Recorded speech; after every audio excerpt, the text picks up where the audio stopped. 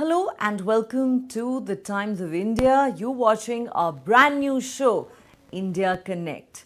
This is me, Neha Khanna. Our big focus tonight. This Diwali once again brought together good friends, US President Donald Trump and India's Prime Minister Narendra Modi. Trump made a phone call to Prime Minister Modi and conveyed his Diwali greetings. The two leaders spoke on a whole host of issues, and not for the first time, the interpretations of the phone conversation by the two sides seemed to differ, even as warm wishes were exchanged. President Trump told reporters at the White House that he had spoken with Prime Minister Modi, and he said, "He's a great person and a great friend. We had a great conversation. We talked about trade, regional peace, and let's have no wars with Pakistan." That was a very, very good thing. That's what Trump said. Prime Minister Modi's response was courteous but pointed. He wrote on X, "Thank you, President Trump, for your phone call and warm Diwali greetings. On this festival of lights, may our two great democracies continue to illuminate the world with hope and stand united against terrorism in all its forms." More on the significance of that message in just a moment. The Festival of Lights, celebrated not just in homes across India but indeed in large parts of the world, also illuminated the halls of power in Washington. At the White House, President Trump lit a traditional diya, marking the occasion with warm words and symbolic gestures. But behind the celebrations, there were subtle signals, strategic messages, and shifting sands in international relations. Trump said, and I quote, "Let me extend our warmest wishes to the people of India," as he declared open the Diwali celebrations at the White House. He added, "In a few moments, we'll light the diya as a symbol of faith in the victory of light over darkness, knowledge over ignorance, and good over evil." The US President was joined by Indian Ambassador to the US, Vinay Kawatra, FBI Director Kash Patel, and other senior officials and business leaders from the Indian American community, a strong reflection of the recognition of Diwali's cultural significance in American society, even under Trump. Now, coming back to what Prime Minister Modi and Trump said to each other. In his social media post, Prime Minister Modi's last line was, "We must stand united against terrorism in all its forms," and that carries a deeper meaning and message. Pakistan has been brazenly sponsoring terrorism in India and providing safe haven to some of the world's most notorious terrorist groups. Prime Minister Modi's carefully worded message appeared to underline New Delhi's unease with Washington's warming relations with Islamabad. In recent months, the Trump administration has significantly warmed up to Pakistan, a country that until recently had been kept at arm's length by successive US governments. In a stunning diplomatic shift, Trump hosted Pakistan's Army Chief Asim Munir for lunch at the White House in the month of June, without any civilian leaders present. Then, in September, both Munir and Prime Minister Shehbaz Sharif were welcomed at the White House, again reinforcing Trump's newfound love for Pakistan and its generals. Observers say Trump appears increasingly interested in Pakistan's critical mineral reserves, and his family has made some huge investments in Pakistan's crypto council. In return, Pakistan has flattered the president, even nominating him for the Nobel Peace Prize. Trump has repeatedly claimed credit for de-escalating tensions between India and Pakistan and brokering the ceasefire during Operation Sindoor in May this year, a claim categorically and repeatedly rejected by India.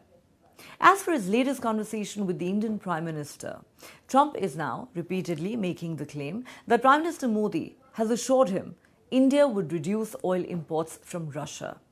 They're not going to be buying too much oil. They've got it way back and they're continuing to cut it way back, Trump boasted. Another Trump claim that India has certainly not confirmed. Without naming Trump, the government of India issued a statement saying its priority remains protecting Indian consumers in a volatile energy environment, hinting at a more pragmatic approach than the US president's version suggests. Remember, India's purchases of Russian oil have been a massive bone of contention in India-US ties in recent months, with Trump accusing New Delhi of funding Russia's war in Ukraine and even slapping a whopping 50% tariff on Indian goods, the highest rate of tariffs for any US trading partner.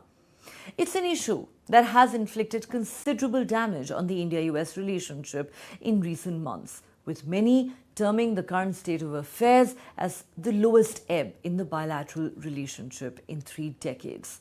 Making matters worse and more complicated is the stalled India US trade deal, negotiations for which have been ongoing for months.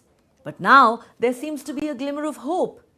Indian financial newspaper The Mint has published a story which says that behind closed doors, a long delayed India US trade deal finally appears close. And significantly, both countries are negotiating a pact that could slash tariffs on Indian imports into the US from the current staggering figure of 50% to somewhere around 15 to 16%. In exchange, India may open up its markets to more American agricultural goods like non-GMO corn and soy meal. The Mint report says the deal is expected to include a mechanism for periodic reviews and could be announced as early as the ASEAN summit, scheduled to be held in the Malaysian capital Kuala Lumpur from the 26th to the 28th of October. In fact, there has been widespread speculation that if all goes well with this deal, then Prime Minister Modi and President Trump could in fact meet on the sidelines of the ASEAN summit. If that does happen, it is likely to come as a major boost to India-US ties after months of rancor when relations between the two countries have seen their lowest point in decades. Prime Minister Modi, in his X message on Trump's Diwali call and India-US ties, has said, "May our two great democracies continue to illuminate the world with hope." Let's certainly hope that India-US ties finally witness a much-needed rapprochement and turnaround. I love the people of India, and we're working on some great deals between our countries. I spoke to Prime Minister Modi today, as I mentioned before, and we just have a very good relationship. And he's not going to buy much oil from Russia. He wants to see that war end as much as I do. He wants to see the war end with Russia, Ukraine. And as you know, they're not going to be buying too much oil. So they've cut it way back, and they're continuing to cut it way back. On behalf of all Americans, let me also extend our warmest wishes to the people of India. I just spoke to your Prime Minister today. We had a great conversation. We talk about trade, we talk about a lot of things, but mostly the world of trade. He's very interested in that. Although we did talk a little while ago about let's have no wars with Pakistan. And I think the fact that trade was involved, I was able to talk about that. And we have no war with Pakistan and India. All right, a lot to unpack here. Let's introduce our guests on India Connect. Joining me on the show tonight is Colonel Rajiv Agrawal. He's a senior research consultant at the Chintan Research Foundation. He joins us live from New Delhi. And we also have with us Matthew Vedum. He's a senior journalist and author, joining us live from Washington, D.C. A warm welcome to both my guests. Colonel Rajiv Agrawal, let me start with you. A very warm welcome. Let's begin with the Mint report, which has caused a lot of flutter and, may I say, even excitement. If the report is to be believed, India and the United States may be very close to striking a deal, and the staggering 50% tariffs that have been imposed on India by Donald Trump could in fact be slashed to 15 to 16% as a fallout of that deal. Now, there is nothing confirmed, let's be very clear, from either side. But this report, as I said, has certainly caused much excitement. What do you make of it? Thank you, Neha. And firstly, a warm Diwali greetings to you and your audience. And Thank also you. congratulations on your new show.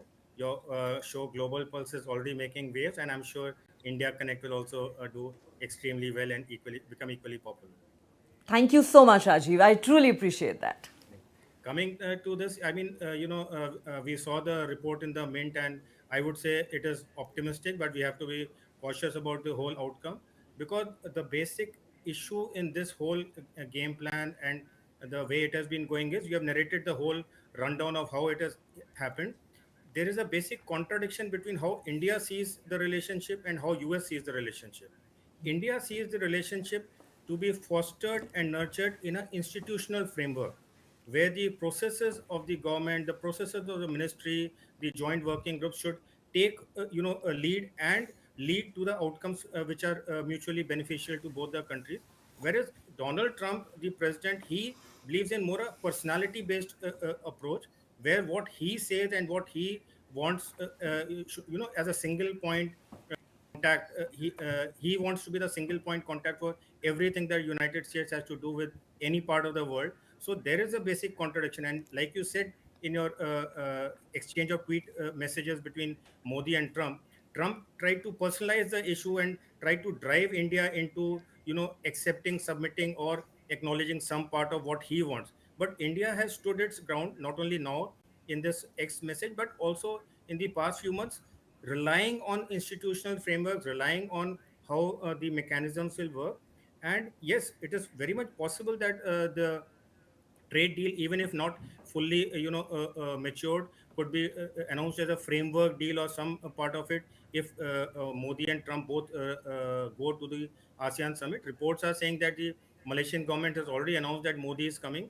There's no confirmation on Trump, but that set aside, to me, whether it is a 15%, 16%, or retention of 50% till the time there's a trade deal, the basic contradiction has to be resolved, where a personality based policy is facing an institutional based policy, and that is where the lack of convergence comes in.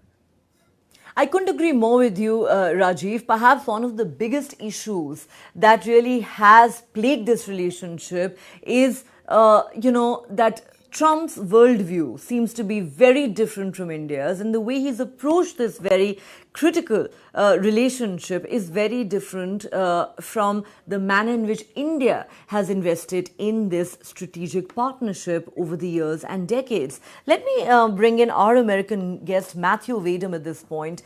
Matthew, as I mentioned, an Indian financial newspaper report claims that after long delays, India and the United States may finally be close to clinching a trade deal.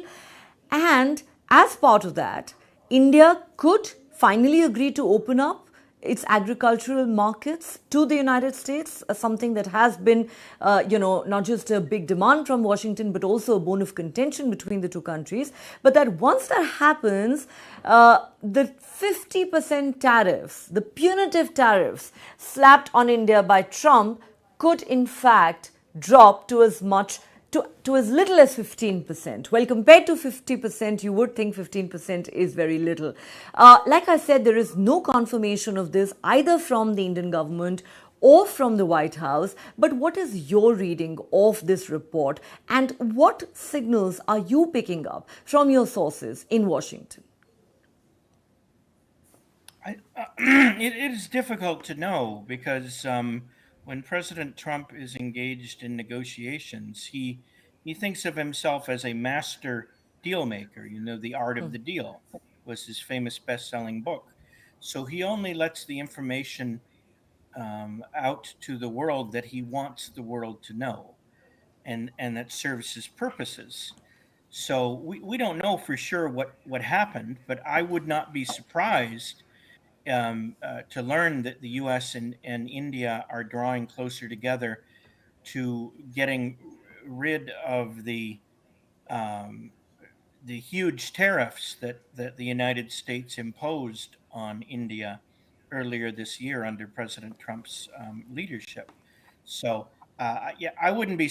I don't know for sure. I don't think anyone knows except for President Trump and Prime Minister Modi what happened. But I would not be surprised that the two of them are making progress because India is a very important partner for the United States.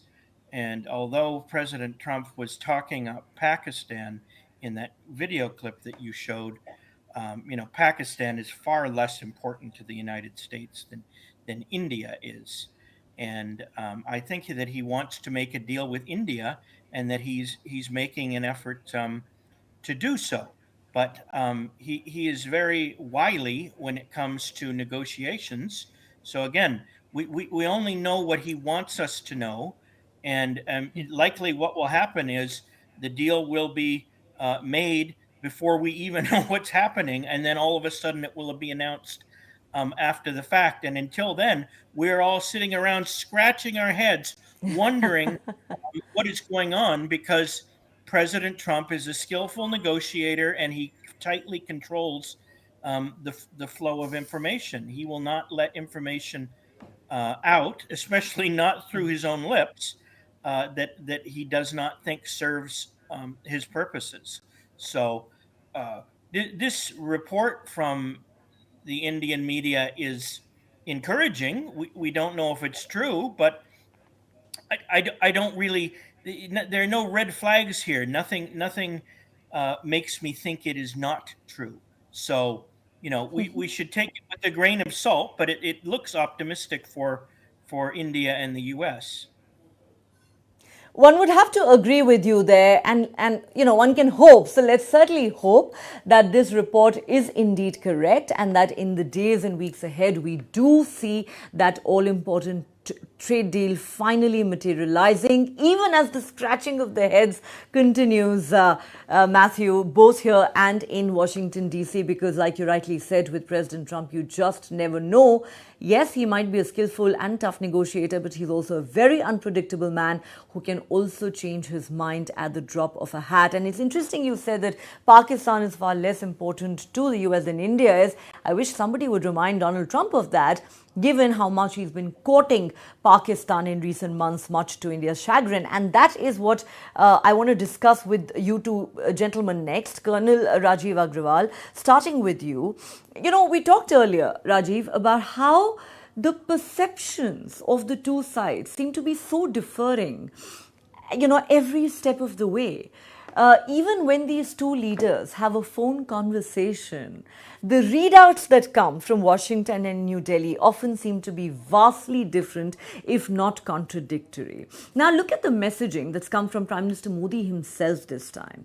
Prime Minister Modi has made it very clear that while he appreciates Donald Trump's phone call and Diwali greetings, he has, in a sense, conveyed India's unease with Trump's growing closeness to Pakistan by saying that India and the US, as two great democracies, need to stay united against all forms of terrorism. I think that is a rather unsubtle message from Prime Minister Modi to President Trump, which comes after Trump has gone out of his way to woo Pakistan, especially its army chief, Field Marshal Asim Munir. And considering that all of this came so soon after the Pahalgam terror attack and Operation Sindoor, obviously it has caused a lot of heartburn here in New Delhi. But if you look at Trump's messaging, he seems still to be obsessing over India's purchases of Russian oil, and goes on claiming that Prime Minister Modi has assured him that we will buy less and less of Russian oil, despite the fact that there is absolutely no confirmation of that from the Indian side. Absolutely. I mean, it could not have been more clearer. And the fact that in the Diwali message, the only word apart from Diwali that Modi has put in his X messages, fighting against terrorism in all forms, you don't have to say any further than that. When you talk of terrorism and Pahalgam and the Operation Sindoor was all about countering terrorism. When India says that we have changed the red lines on fighting terrorism, and any kind of terror will invite a punitive response across the international border, it is all about terrorism. And it is an absolute direct message to the United States about how it is courting Pakistan. But here I would like to also tell you, Neha, one thing, because I interact in the security circles, etc. India is not too wary or too perturbed about what US is doing with Pakistan, whether it is in form of financial aid or whether it is in form of military aid, because the history shows that Pakistan has always been, if I can use the word, use and throw as far as US is concerned. So one day it is the poster boy for the United States, and on another day it is the hotbed of terror and the fountainhead of terror, etc., whatever they want to call it. So and Pakistan is very happy as long as it is getting two things. One is money, because it is absolutely bankrupt. Economy is going on a downward spiral. And second is prominence, which they so love about it, when Field Marshal Munir is standing in the getting a reception in the White House. You must have seen when the Gaza peace conference was held.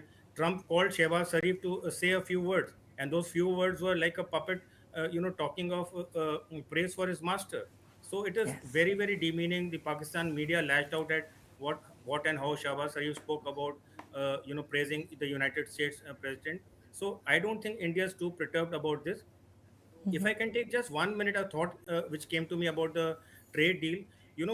Trade deal being announced at the ASEAN summit will be a very big factor for India to consider, because unless there's a trade deal which is unequally fair and favorable to India, I don't think it can happen at ASEAN summit, because the Bihar elections are going to take place within a week time, and I don't think the domestic politics will permit the Indian government to take a risky deal decision just for a few days before a very important state election taking place in India. So I'm just putting it on record that will be a very big factor to watch out if at all even a framework deal is signed at the ASEAN summit, and that is I think that's an excellent point you make, Rajiv. Because domestic politics are often intertwined, whether we like it or not, with foreign policy. We saw, for instance, all the criticism that came the way of the Modi government from the opposition led by Rahul Gandhi, after Operation Sindoor, especially with Trump repeatedly claiming credit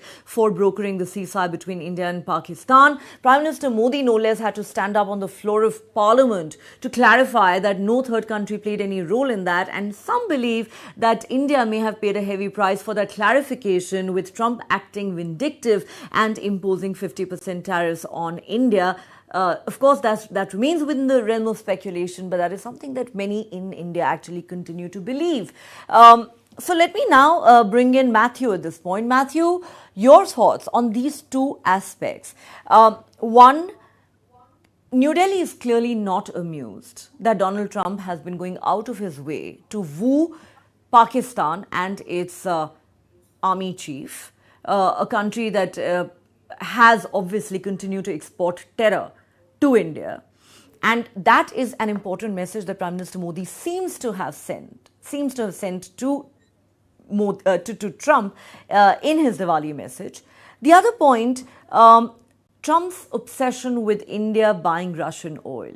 He's been claiming repeatedly since last week that Prime Minister Modi has assured me he will stop buying Russian oil. India still maintains that it will do what it feels will serve its national interests best, and it might mean buying more American energy. But there is absolutely no claim that's been made publicly anywhere suggesting that India will stop buying Russian oil. What do you make of it? Is this Trump being Trump, living in an alternate reality? Do you want me to deal first with Pakistan?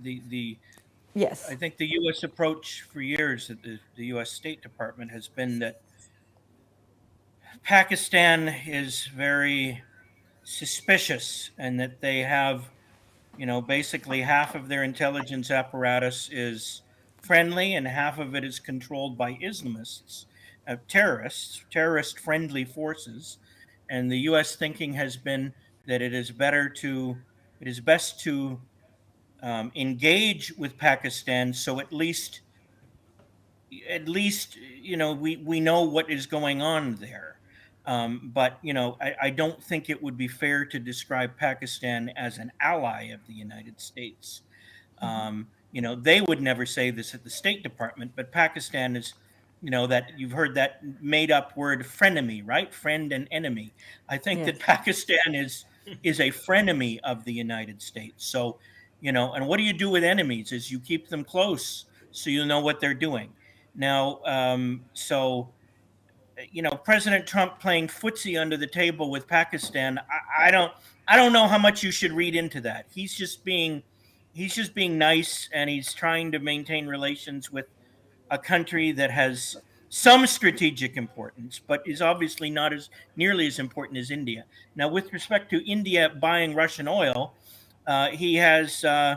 I think that the statements that President Trump has made are aspirational, in that Yes. he is hoping to shame India into reducing or eliminating its purchase of Russian oil so that Russia will be deprived of hard currency to buy war materiel for its ongoing war in Ukraine.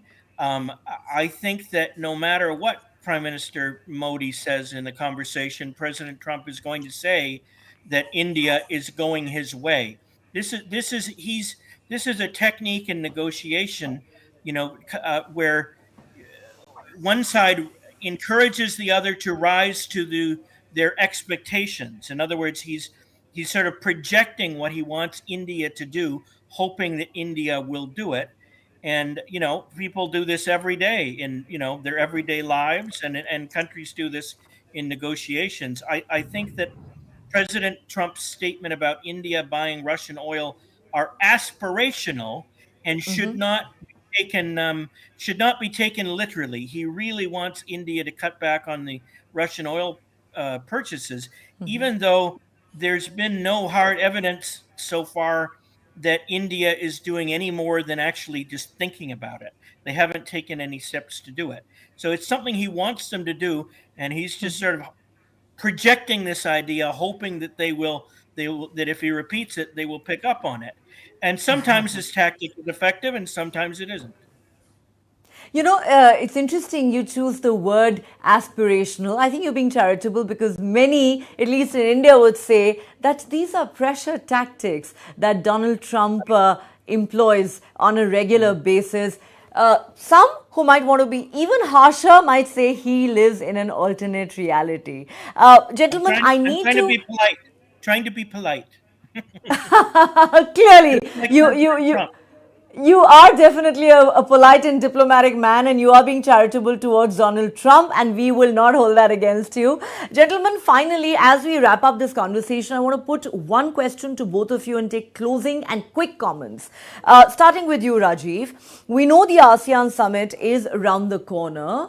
As I said, there's been speculation that if things do go well with the India-US trade deal, then Prime Minister Modi and Donald Trump may in fact meet on the sidelines of the ASEAN summit. It's even been speculated that the deal could be announced by them on that occasion, on that platform. Do you see that happening? Neha, to me, frankly, very difficult that it will happen. They might go to the ASEAN summit. Trump has not confirmed. Modi has indirectly confirmed, and Malaysian government is confirming. They may meet at the sidelines out of basic courtesy that Prime Minister Modi always extends. But a trade deal happening, especially because of what I said in my earlier comments, domestic politics, very difficult. And I also say this based on what we had an interaction with the foreign minister, Dr. Jaishankar, few weeks back, and the interview what Piyush Goyal gave, that it is a long, a long distance. I mean, a long way off, and many more threads have to be unraveled before something concrete happens. So maybe a framework deal without any concrete announcement, but very difficult to happen. Difficult at this moment. Matthew, what's your take? The ASEAN summit is just days away. Is it too far-fetched to say that there could be an India-US deal signed as early as the 26th or 27th of October? And even if, let's say, there is no formal inking of the deal, do you believe there's a strong chance the two leaders could meet on the sidelines of the ASEAN summit? And do you think that could be an opportunity for them to, in a sense, sort of iron out some of the huge differences that have cropped up in the India-US relationship in recent months? Reaching a deal at the ASEAN summit is a possibility, but I wouldn't hold my breath waiting for it to happen. Trade deals are very complex, and although Trump and Modi have tried to simplify the issues as best as they can, as well as they can, they're very complex, and to suddenly force everything to happen in time for the ASEAN summit seems unlikely to me, but stranger things have happened, and Donald Trump surprises people all the time, and this has for the most part worked out very well for him and for his administration. So I would say it's possible, but do not expect it to happen. Okay, possible, but do not expect it to happen. But I think we can all agree with Donald Trump always expects the unexpected. It's been great having you both gentlemen on the inaugural episode of India Connect. Thank you so much, Colonel Rajiv Agrawal and Matthew Vedum, for joining me. Thank you, Neha. Sure. All right, that's all the time we have on this edition of India Connect. If you have been, thanks so much for watching. Do join us again at the same time tomorrow.